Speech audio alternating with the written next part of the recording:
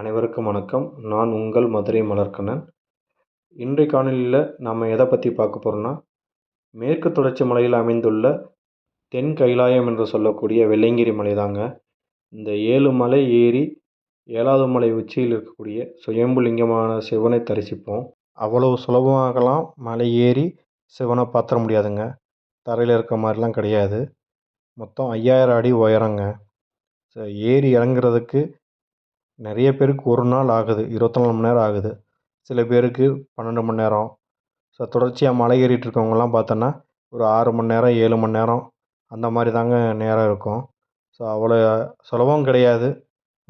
முதல் மலை ஏறும்போதே அவ்வளோ பேர் மூச்சு வாங்கிட்டு இருப்பாங்க. இந்த வருஷம் நான் மலையேற்றத்தில் கேட்கும்போது நிறைய பேர் சொன்ன வார்த்தை 2 கிலோமீட்டர் தான். முக்கால்வாசி பேர் புதுசாக தான் வருவாங்க. அடிக்கடி வர்றவங்க சிவனுக்காக நிறைய வருவாங்க.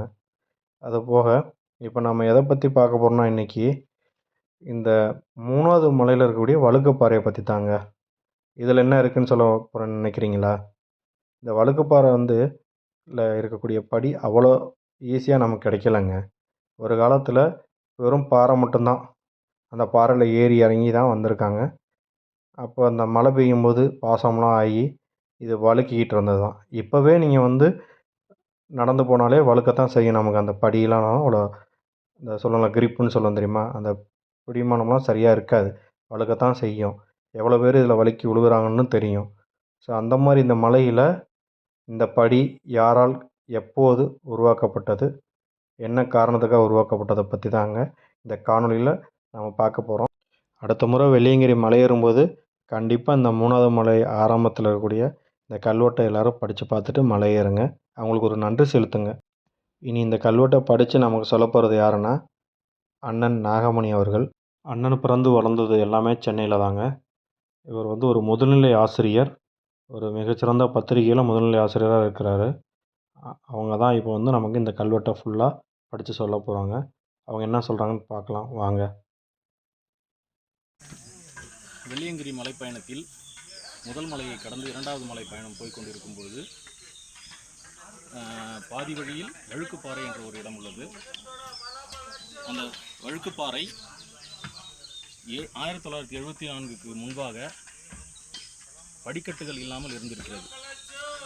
வேண்டுதல் நேர்த்திக்கடனாக கோவை தாலுகா தென்னமநல்லூரை சேர்ந்த பழனிசாமி கவுண்டர் என்பவரின் மனைவி தெய்வநாயகி அவர்களின் முயற்சியால் படிக்கட்டுகள் 1974க்கு பிறகு அமைக்கப்பட்டுள்ளது.